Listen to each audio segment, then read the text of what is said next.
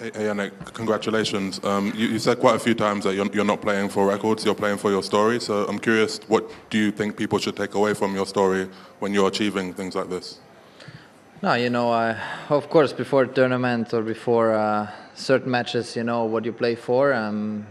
This is also kind of my job to know what's going on. But in the same time, I always try to put myself in a very good position to be the best, player of today. And there was definitely a lot of tension, a lot of tough moments, I had to go through, especially mentally. I'm not starting the match in a perfect way, but try to stay as calm as possible mentally. And yeah, so I'm very happy about this achievement. I know what I played for today, so I'm really happy.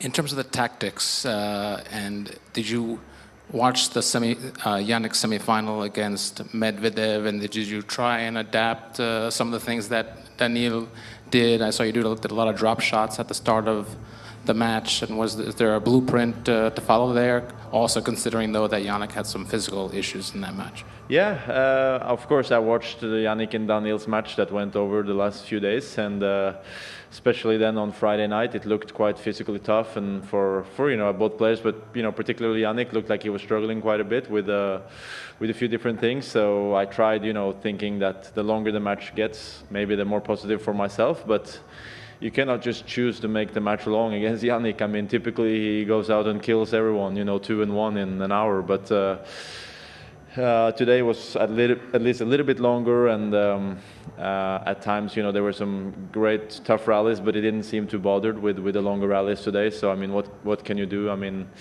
you can only focus so much about your opponent. You'd rather focus on yourself to know it and to play your best. But I had it in the back of my mind, but I went out thinking that this will be a tough match and Jannik will be in good shape. So I didn't make my tactics based on what I saw on Friday, no. Ciao Jannik, complimenti. How special is it for you to achieve the career Golden Masters in Italy in front of your home crowd and Presidente Mattarella? Grazie. Yeah, there's no better place to complete this set, It has been a very, very interesting tournament already back in the years, and 2019 making my debut here on this court, and I always felt a lot of, like, in a different way, in a very positive but different way here, a lot of attention, a lot of emotions going through, so yeah, it means a lot, it's I believe for an Italian, it's one of the most special places we play tennis in, and to win at least once in my career means a lot to me. Or will you switch to Roland Garros? Will you take some day off, and how much confident will you be there going to Paris? Yeah, no, now the main priority is to recover as much as I can in the next 2-3 days. There is not going to be a lot of training, for sure, tennis zero. And physical, we need to see, but I want to be a bit I want to be a little bit with my family as well in this moment.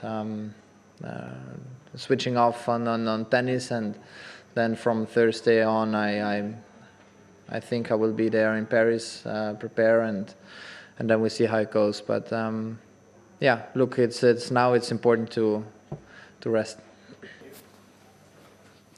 Just what is it like to have the president here to watch you and hand you the trophy? How significant is that for you? Sorry? What is it like to have the president here to watch you? Yeah, no, it means a lot. Look, it's amazing, the support us Italian gets here, especially in Rome, and many important people, were coming today. So, I try to don't look a lot outside of the court and trying to be as focused as I could, and yeah, but for sure they gave me, very, very positive feelings.